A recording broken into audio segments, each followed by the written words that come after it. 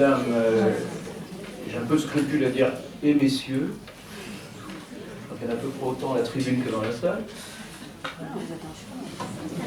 Nous allons, je pose ça comme ça, essayer d'apporter maintenant un peu la parole de la justice dans cette chaîne que vous avez évoquée. Quelle est la place, quel est le rôle, quelle est la fonction, quelles sont les limites de l'intervention de l'institution judiciaire face à ce type de phénomène tout à fait particulier d'une omerta familiale dans le cas d'un fonctionnement incestueux au sein de la famille. Alors moi je suis resté, je vous l'avoue, un peu perplexe, un petit moment. Je ne fréquente pas suffisamment psychanalyste face à l'intitulé du colloque, déni de complicité, complicité de déni. J'ai posé la cervelle et j'ai essayé d'avoir une approche terre à terre, basique. En revenant au mot que je comprenais le mieux, l'omerta dans la famille. L'omerta, dialecte sicilien, qu'on traduit par la loi du silence, et une loi du silence qui vise à protéger un système hors norme, un système en dehors de la légalité, et un système qu'on veut faire perdurer justement grâce à cette loi du silence, qui suppose potentiellement deux choses de la part de ceux qui sont en marge de ce système, mais les marges internes malgré tout, à savoir évidemment la non-dénonciation de ce qui se passe, et deuxièmement, potentiellement, le cas échéant, une participation plus active consistant à témoigner faussement pour permettre au système de perdurer. C'est ça l'omerta, et c'est ça qu'on voit dans un système normalement mafieux, et pas nécessairement, pas du tout même, familial. Alors j'ai essayé pour illustrer mon propos et m'interroger moi aussi sur mon expérience, de faire appel à mes usines à moi. Donc, je ne vais pas avec le talent qui est celui de Mme Le Bâtonnier, le temps Forel, vous évoquer spécifiquement et exclusivement une de ces affaires dans lesquelles j'ai pu rencontrer un enfant qui vivait ce type de situation, parce que c'est le quotidien de la justice. Nous en avons malheureusement des dizaines localement, des milliers nationalement, à gérer, à traiter, face auquel il faut apporter une réponse judiciaire. Mais il y avait un cas que j'ai connu il y a très longtemps, lorsque j'occupais les fonctions de Madame Auger, à savoir de juge d'instruction, au nord de la France, plus exactement dans le Pas-de-Calais, une situation qui m'est apparue être exemplaire par rapport à la question que nous traitons aujourd'hui, celle de l'omerta. Alors, permettez-moi de vous faire ce petit retour en arrière et de vous inviter à m'accompagner dans cette famille. Donc, nous sommes dans le Pas-de-Calais, nous sommes dans un petit village qui est un village minier, nous sommes avec les corons. Il n'y a plus d'exploitation, longtemps qu'il n'y a plus d'exploitation minière. Et parmi ces corons, donc les gens ne sont pas isolés, ils sont les uns à côté des autres, avec des maisons mitoyennes. Une maison dans laquelle vit une famille, un couple parental plus exactement, et deux enfants, deux petites filles. Le couple parental, c'est constitué d'un père, petit bonhomme, tout sec, 1m50, plutôt beau, très hableur, qui donc a le verbe facile, qui a beaucoup de contacts avec l'extérieur, il est dans beaucoup d'associations, et c'est un point un petit peu particulier parce que c'est le seul de la famille à sortir véritablement. C'est lui qui travaille, la mère ne travaille pas, et elle, c'est son opposé complet. Elle fait un bon 1m80, une matrone, elle est d'une laideur exagérée, elle ne sort jamais du domicile, de cette petite maison en question. Il fonctionne comme ça, et il y a deux enfants. deux petites filles. Une petite fille, l'aînée, qui a... Alors je ne me souviens plus de son nom, j'avoue, ça fait 20 ans. Par contre, je me souviens très bien de sa tête. Et son visage, elle a 12-13 ans à l'époque, et c'est elle qui va dénoncer les faits. Une petite sœur qui a 3 ans de moins qu'elle, 9-10 ans, au moment des faits. Et elles ont la particularité toutes les deux d'être absolument brillantes au niveau scolaire. Elles n'invitent jamais de copines à la maison, elles doivent rentrer le plus rapidement possible, mais les notes sont au rendez-vous. Elles ont surinvesti visiblement la scolarité. Et puis un jour, un peu comme Mélusine, l'aînée va parler avec... alors elle, c'est pas une institutrice d'ailleurs au collège à ce moment-là, mais elle va parler avec une de ses rares copines et la maman d'une copine en question. Et elle va très vite évoquer des choses... elle va pas parler de bleu, elle va vite parler de faits de nature sexuelle. Et elle s'exprime tout de suite, très clairement. Et c'est cette maman qui va, elle, contacter le milieu scolaire. Elle ne sait pas trop comment faire. Ça finit par un signalement. Et cette jeune fille est accompagnée dans un commissariat. Et ce qu'elle évoque à ce moment-là sont des faits de viol qu'elle subit depuis 4, 5 ans. Donc elle avait peut-être 8 ans, 7 ans, 8 ans au moment où les faits ont débuté. Et des faits de viol, tout ce qui peut être réalisé. Des pénétrations digitales, des pénétrations vaginales, anales, des fellations, introduction d'objets. Voilà. Et cette petite jeune fille, lorsqu'elle va s'exprimer sur ces viols qui ont duré depuis des années et des années, décrit en fait un quotidien de viol. Un père qui a des relations sexuelles avec elle quasi quotidiennes, dans ce petit logement mitoyen d'autres maisons de Secours.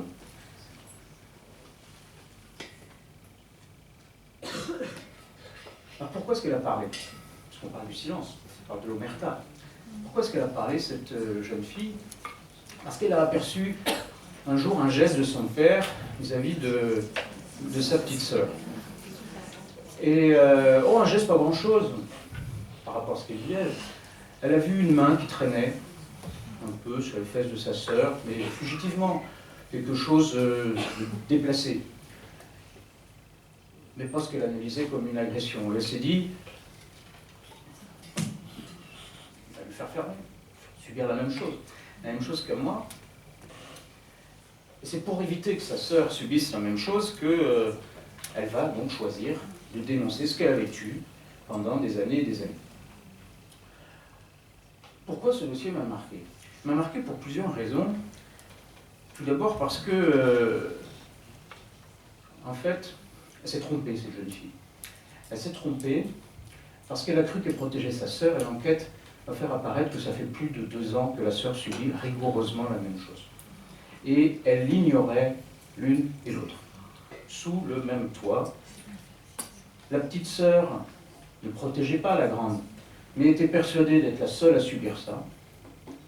Et la grande, persuadée d'être également la seule, le vivait comme une forme de protection de la plus petite. La deuxième raison qui m'a amené à me souvenir, je pense jusqu'à la fin de ma carrière de cette affaire, c'est qu'elle a, durant le déroulé de l'enquête, été interrogée sur sa mère. Encore une fois, je le répète, mais c'est tout petit ce logement, et on lui demandera, mais le policier, dès le début, dès sa première déposition, ta mère quand même, si j'ai bien compris, ton père, il venait te rejoindre dans ta chambre. Vous avez malgré tout 2 chambres séparées, les enfants. Il venait te rejoindre dans ta chambre. La chambre des parents est en bas, il y a des allers-retours, et puis elle est quasiment tout le temps là, ta mère. Donc comment ça se fait que ta mère, elle n'ait rien vu? Et elle ne répondra pas à la question, pourquoi est-ce que la mère n'a rien vu? Elle va répondre à une autre question. Elle va dire, mais vous ne l'avez pas vu, ma mère, vous, le policier, vous ne l'avez pas vu encore? Non. Là, ma mère elle ne pouvait pas entendre ce qui se passait, et puis elle ne pouvait pas de toute façon expliquer. Et pourquoi? Parce que ma mère, elle est sourde et muette. Alors là, au niveau symbolique, c'est quand même assez original. C'est la seule mère sourde et muette, parce que je l'ai vue après, avec un interprète, dans mon bureau de juge d'instruction. C'est la seule mère sourde et muette, physiquement, physiologiquement, de rencontrer. Mais après, par la suite, à peu près rencontrer que ça. Des mères, psychologiquement en tout cas, sourdes et muettes face à ce type de situation. Pas aveugle pour autant, la mère, mais malgré tout, elle avait en plus rien vu. Troisième raison pour laquelle ce dossier restera gravé dans ma tête, qui concerne cette fois la parole. La parole de l'enfant et la volonté de l'enfant de faire en sorte que, une fois le cap de l'énonciation, de la dénonciation franchi, les choses soient dites. Que la justice passe, mais que les choses soient dites, si possible par les principaux intéressés, et à défaut, qu'il y ait la parole du juge. Le père, lorsqu'il avait été interpellé, au bout d'1 heure de garde à vue, le policier l'avait laissé dans un coin, et amené dans un bureau, 1 heure après, ils sont marinés 1 heure, mais tout de suite, ils lui ont dit, vous savez pourquoi vous êtes là? Donc il a tenté, par interrogation, mes filles. Il a répondu oui. Et immédiatement, il a dit, oui, je sais pourquoi. Effectivement, je viole mes filles. C'est assez rare que les enquêtes démarrent de cette manière-là. Et il a immédiatement reconnu l'intégralité des faits. Après sa garde à vue, il était présenté donc au juge d'instruction que j'étais, il a été placé en détention. Et quelques temps plus tard, je reçois un courrier de sa part me disant qu'il avait été victime d'odieuses pressions policières et qu'il souhaitait être réentendu parce qu'il n'avait au final rigoureusement rien fait. Avant de l'entendre, c'est la petite fille que je fais venir. Parce que l'enquête et la procédure est ainsi faite qu'on peut avoir besoin, estimé nécessaire, surtout avec la perspective d'une audience d'assises à terme, éventuellement de confronter la jeune fille et son père. Je ne voulais évidemment pas imposer ça si c'était une source de souffrance pour elle. J'estimais que le dossier était suffisamment solide, clair, mais que, bon, il fallait quand même que je lui parle de ce qui s'était passé, du revirement de son père face à cette parole. Et je me souviendrai toujours de la réaction de cette jeune fille. J'étais assez embarrassé, je lui explique que son père avait reconnu, il m'a expliqué que finalement, elle m'avait écrit deux courriers. Hein. Je nie les faits, et puis un deuxième, c'était un peu, je choisissais celui des deux qui me plaisait le mieux, il ne se souvenait pas. C'était, j'ai rien fait, mais je m'en souviens plus. Au choix. Et je lui dis ça. Est-ce que tu te sentirais prêt à être confronté à lui et que vous soyez tous les deux dans mon bureau et que, actuellement, tu répondes aux questions, que tu reviennes sur ce qui s'est passé, ce que tu as indiqué. Et là, elle s'est calée dans son fauteuil. Elle a visualisé, sous mes yeux, elle a vu son père.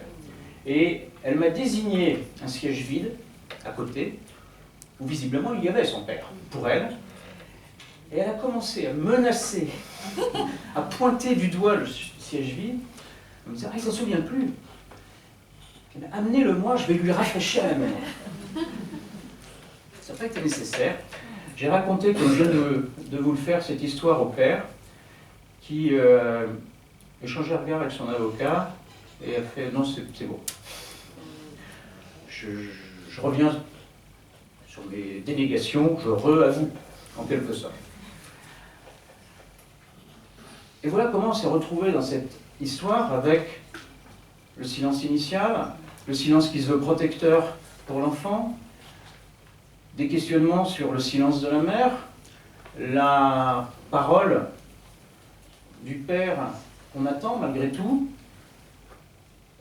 qu'on voudrait conforme à quelque chose de structurant, de réparateur, mais qui s'inscrit aussi pour lui dans une logique de défense. Et la justice doit jongler avec tout ça. C'est ça, pour nous, la loi du silence. La loi du silence, j'ai essayé de faire comme vous, déni de complicité, complicité de déni. La loi du silence, c'est le silence de la loi dans ces familles. Parce que qu'est-ce qu'on n'y trouve pas dans ces familles qui vivent en vase clos et qui recréent de fait une forme totalitaire de fonctionnement centré autour de l'abuseur. On n'y trouve pas ce que la loi dit normalement partout ailleurs. La loi, c'est la loi civile, c'est la loi pénale. La loi civile, alors la loi civile, le code civil, concrètement, l'autorité parentale, ce que les parents doivent à leurs enfants, ce que les enfants doivent aux parents, ça a été défini du code Napoléon. Il y a encore quelques résidus, plus beaucoup de l'époque du 19e siècle, qui était quand même très paternaliste, avec un pouvoir paternel, pas parental, paternel extrêmement fort.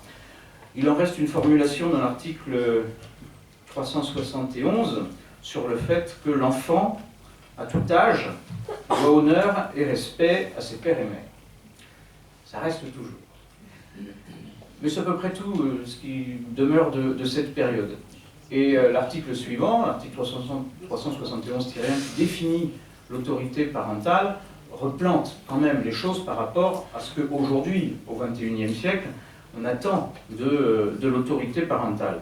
L'autorité parentale, c'est, nous dit la loi, un ensemble de droits et de devoirs ayant pour finalité l'intérêt de l'enfant.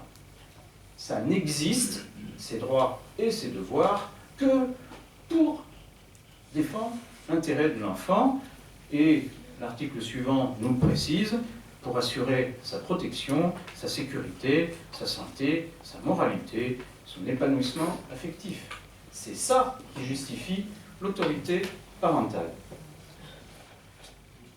Si vous reprenez mes petites jeunes filles du Pas-de-Calais, imaginez le sens que ça a. C'est un non-sens.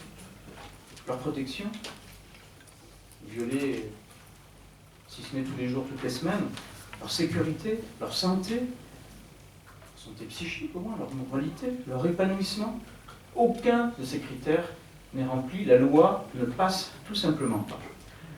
Que nous dit la loi pénale?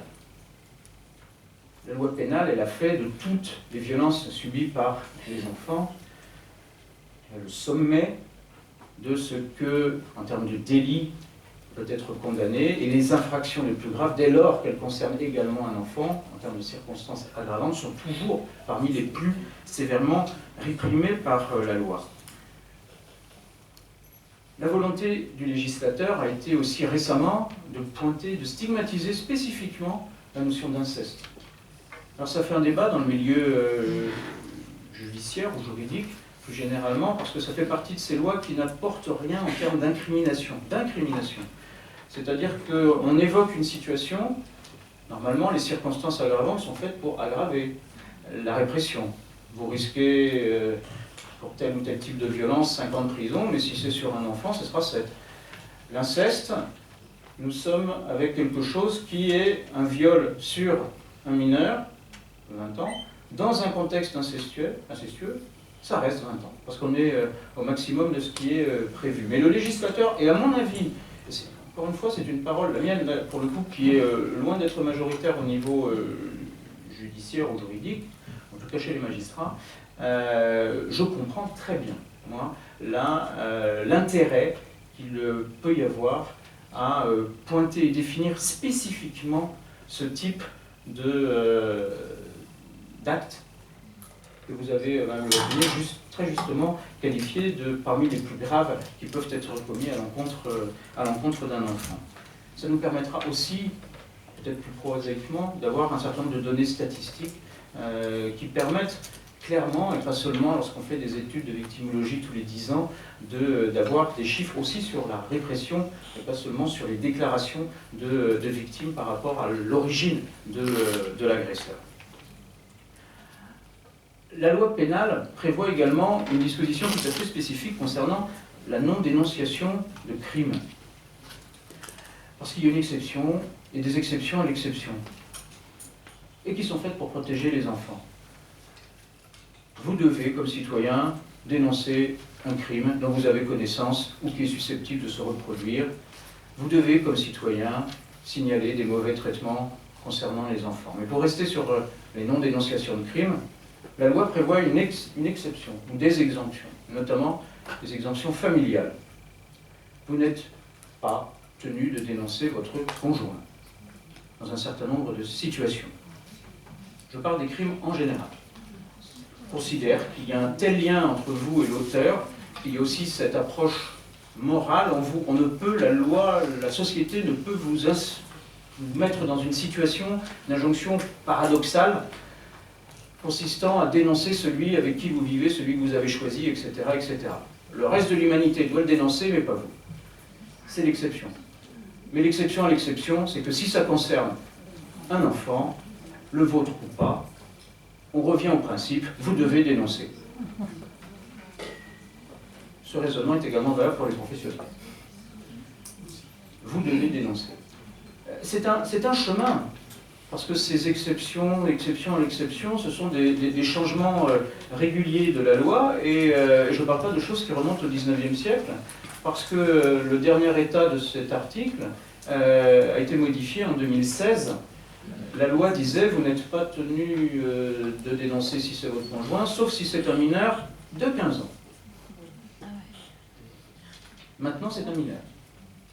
Qu'il ait 16, 17, 18, 17, 3/4, vous devez dénoncer. Tous les mineurs doivent bénéficier de cette protection. C'est quand même original de voir qu'il a fallu attendre jusqu'en 2016 pour qu'on dise concrètement aux mères, si votre conjoint viole votre enfant, vous devez le dénoncer si l'enfant a moins de 15 ans, mais vous n'êtes tenu à rien s'il a entre 15 et 18. C'était l'état du droit il y a encore 3 ans. Voilà. Mais concrètement, il me semble qu'on est arrivé à quelque chose d'assez complet aujourd'hui. Il y a cette énorme pression sociale, légitime, destinée à assurer la protection de l'enfant, à rappeler la finalité de l'autorité parentale et à faire en sorte que tous les parents qui commettent des actes, des violences, il ne faut pas se les débats sur la fessée, jusqu'aux agressions de nature sexuelle les plus graves, soient dénoncés, condamnés, etc. C'est une évolution, j'y faisais allusion tout à l'heure, qui va pas nécessairement de soi.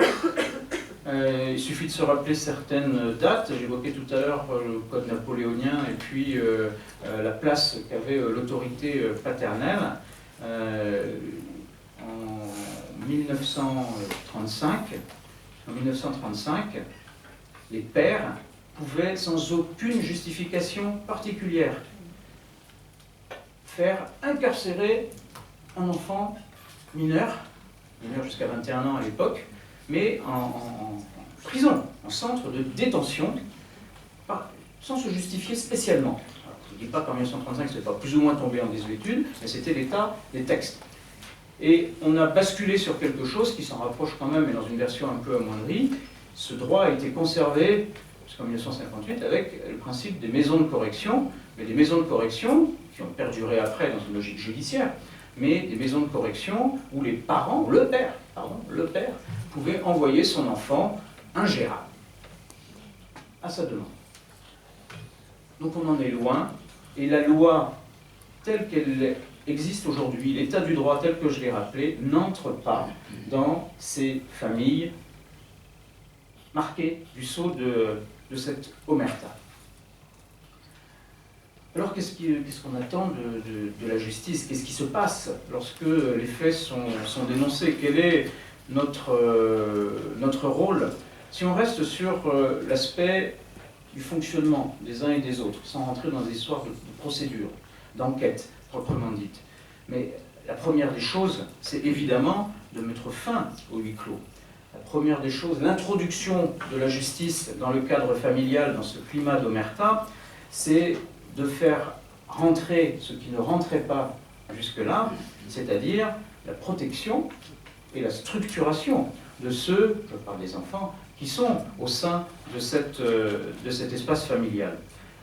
Or, ce sont les deux fonctions, la protection d'un côté et la structuration qui, pour le coup, à mon sens, là, passe par l'enquête pénale, les deux fonctions qui sont assurées par la justice.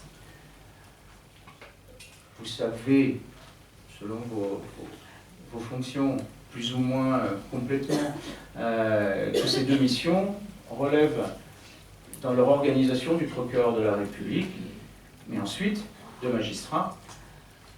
La mission de protection qui a été évoquée ce matin à travers l'émission du Conseil départemental et bien, une sorte de pyramide d'intervention au sommet de laquelle se trouve normalement l'autorité judiciaire lorsque rien n'est possible avec les parents de manière contractuelle, de manière associée. Et c'est le procureur de la République qui reçoit les signalements concernant les enfants qui sont en danger, à charge pour lui ensuite, s'il estime ce danger avéré, de saisir le juge des enfants qui, lui, magistrat, juge, mettra en œuvre toutes les mesures possibles de protection. C'est un premier moyen de mettre fin au huis clos. Le deuxième moyen, évidemment, c'est à travers l'enquête pénale proprement dite, qui va faire éclater, cette fois, le silence qui a permis de faire perdurer ces agissements incestueux. L'intervention de la justice, c'est donc la fin du silence. Et la fin de ce silence, là je parle à la fois du volet assistance éducative ou du volet pénal, la fin de ce silence, il va mettre fin de facto à autre chose. Il va mettre fin à des logiques de complicité. Et je mets des guillemets à complicité, qui permettent de faire durer ces actes de nature sexuelle, ce climat incestueux que j'ai évoqué tout à l'heure. Pourquoi? Qu'est-ce que j'appelle cette forme de complicité? Complicité, déni de complicité.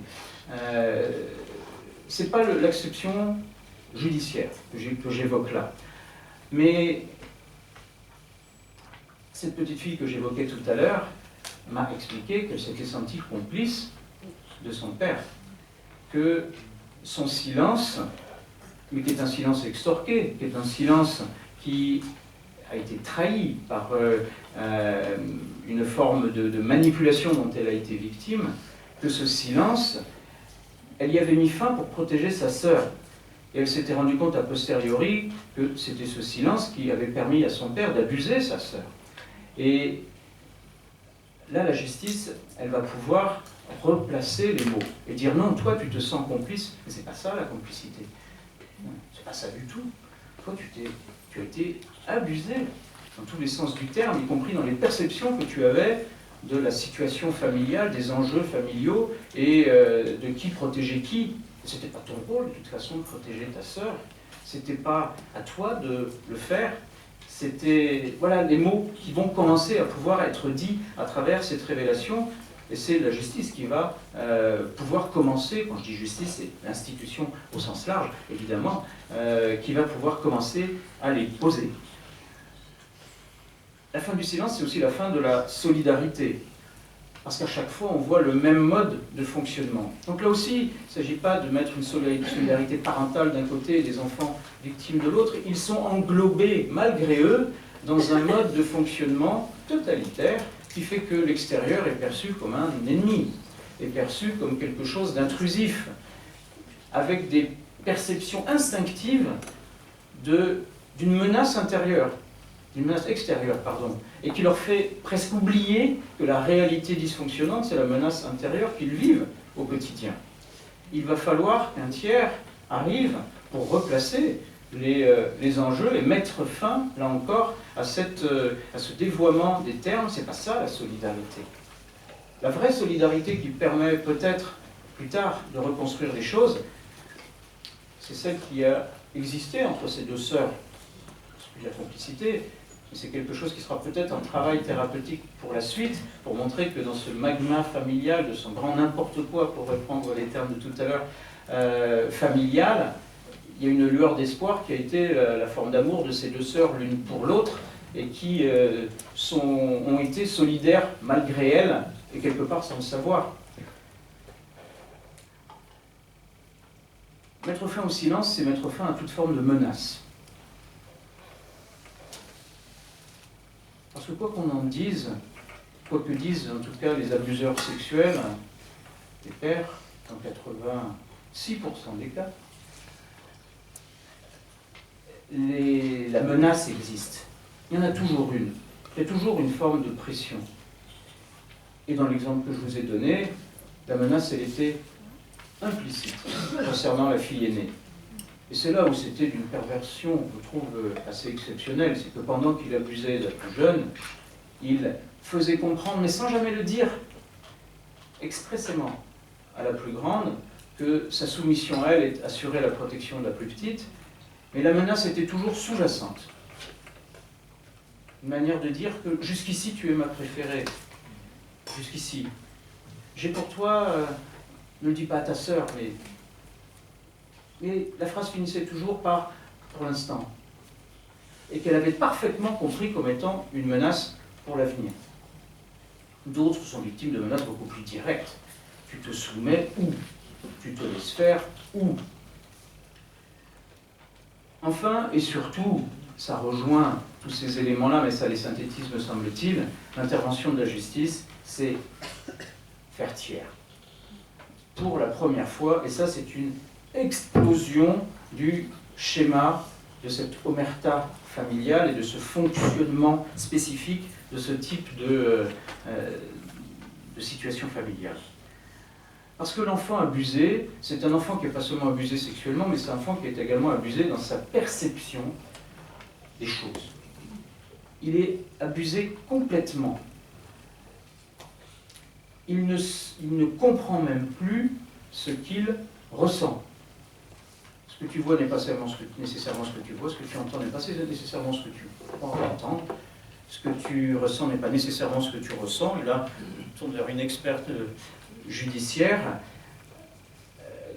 que plaisir de croiser lors d'une session d'assises relativement récente. On peut arriver à une situation où un enfant, en l'occurrence c'était une adolescente à l'époque, a été baigné dans ce climat, a fini par intégrer le fait qu'elle était l'objet d'un amour de son père, a fini par s'inscrire dans le désir de son père et finit tout au long, dans la durée de cette période, par se sentir, non pas amoureuse, mais dans une relation avec son père. Et n'étant pas capable de dire « je suis quoi, moi ? Est-ce que j'ai pas, comme il le prétend finalement, un peu provoqué des choses ?» Parce que, et elle va pouvoir le dire, alors on ne parle pas d'une petite là, elle va pouvoir le dire, ce père m'a donné du plaisir sexuellement.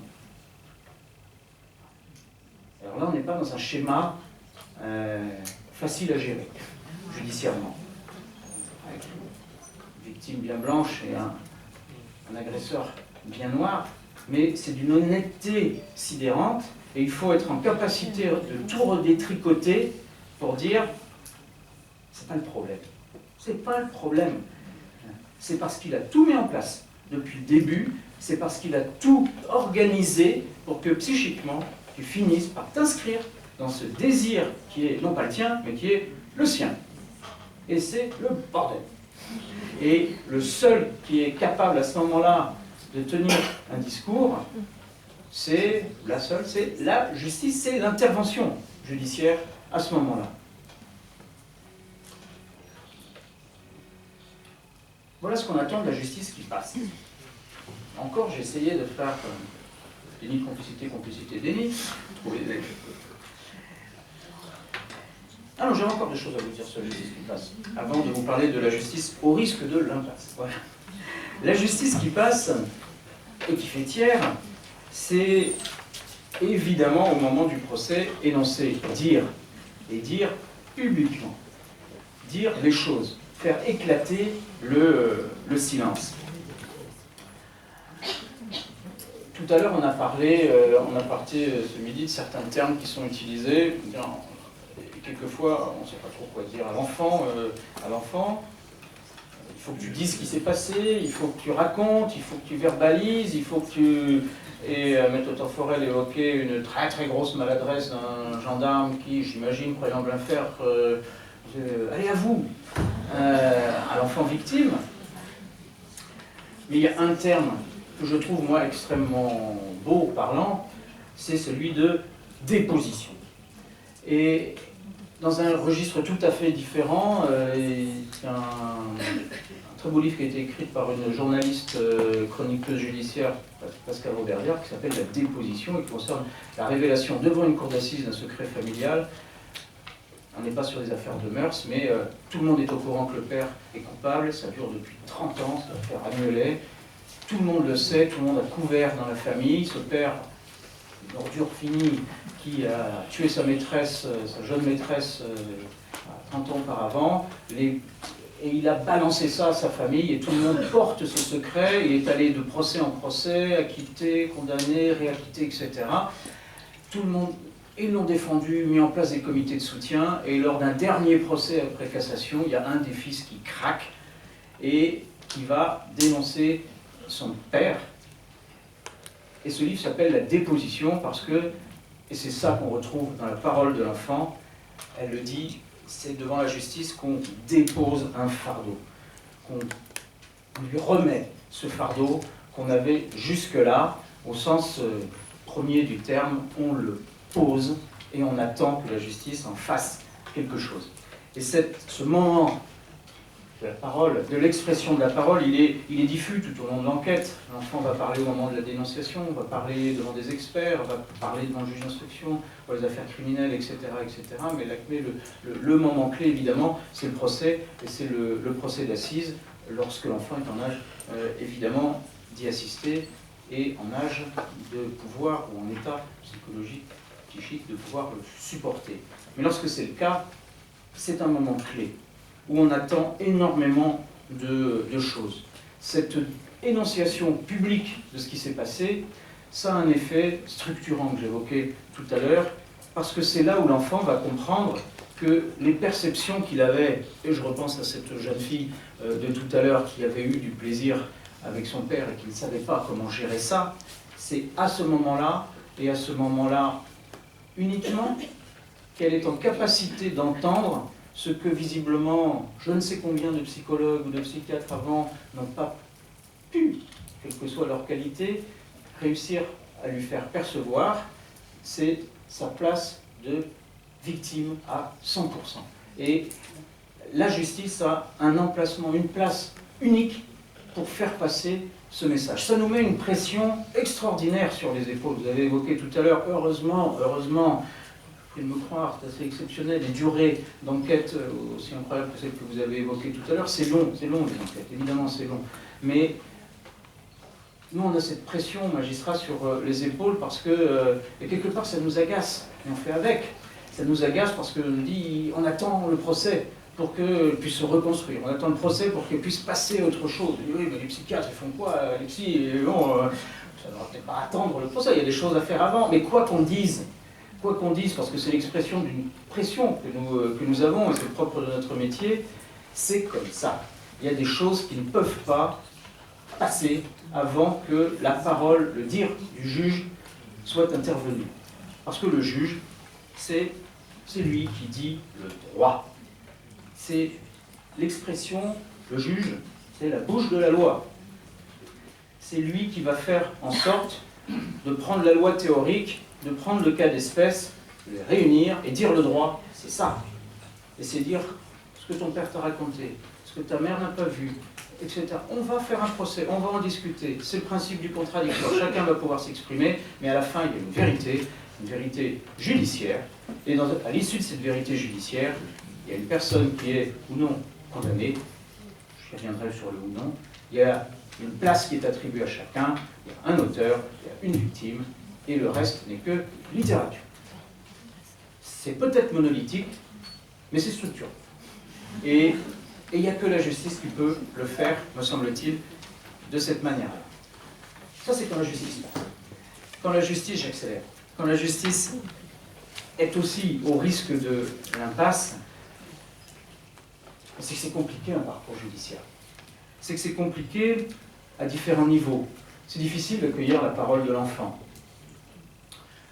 L'enfant qui dénonce, qui se retrouve face à un professionnel qui n'est pas un enquêteur et qui ensuite va être entendu par un enquêteur. Alors vous avez entendu tout à l'heure ce qu'il en était des capitaines ad hoc et ad hoc, mais au-delà de ça, il y a quand même, il faut le savoir, je parle sous votre contrôle, me corrigez si j'exagère, mais des progrès extraordinaires qui ont été effectués, des brigades spécialisées, des protocoles, des gendarmes qui sont référents pour les violences intrafamiliales, des protocoles Mélanie, qui sont faits pour que les enfants soient entendus dans des salles spéciales avec un mode opératoire spécial, une formation, c'est pas n'importe quel gendarme comme ça qui va au pied levé procéder à l'audition d'un enfant, ça se prépare, ça s'organise, et c'est généralement très bien fait.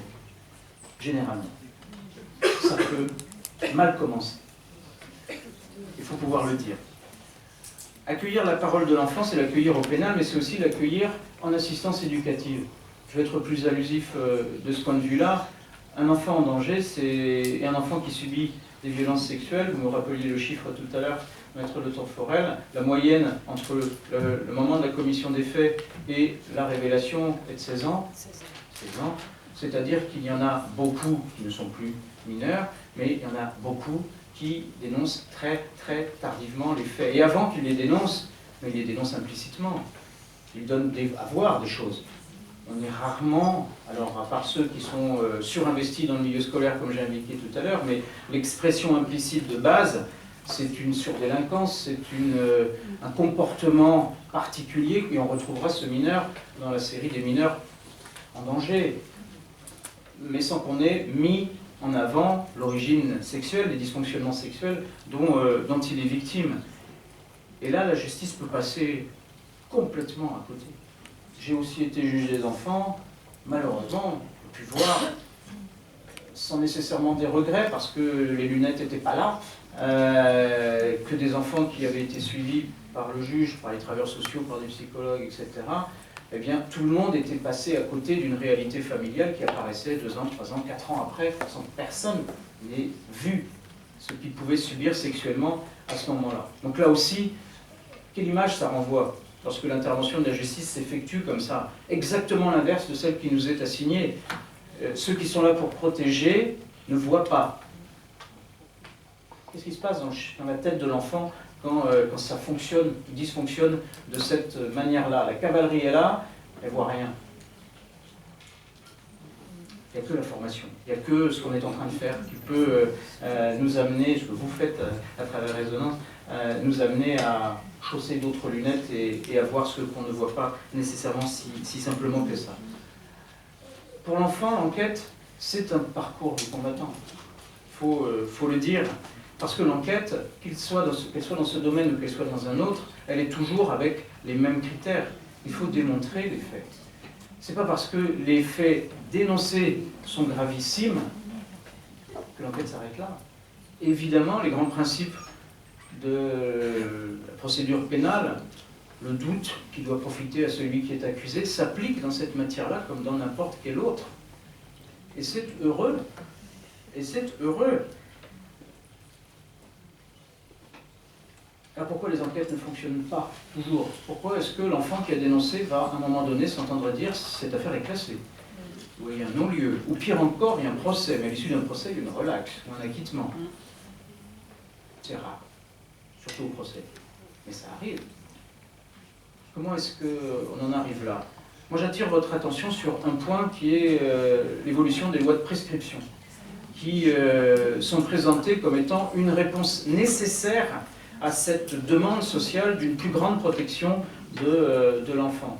C'est un sujet extrêmement complexe, parce que le processus de mémoire traumatique est quelque chose qui a été totalement occulté par la législation, dans un premier temps. Et c'est ce qui est mis en avant dans un débat actuel sur le fait que ce déclenchement peut intervenir des décennies plus tard, et que, quelque part, il faut pouvoir l'intégrer dans le cadre des lois de prescription.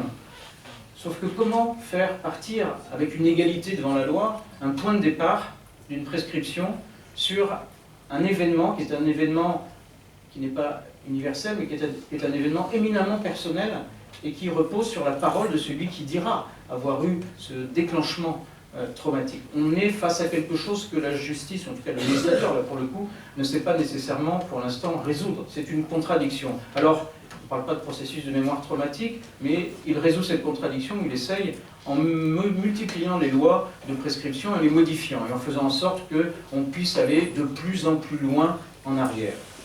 La règle de base maintenant est jusqu'à 30 ans, mais 30 ans après la majorité.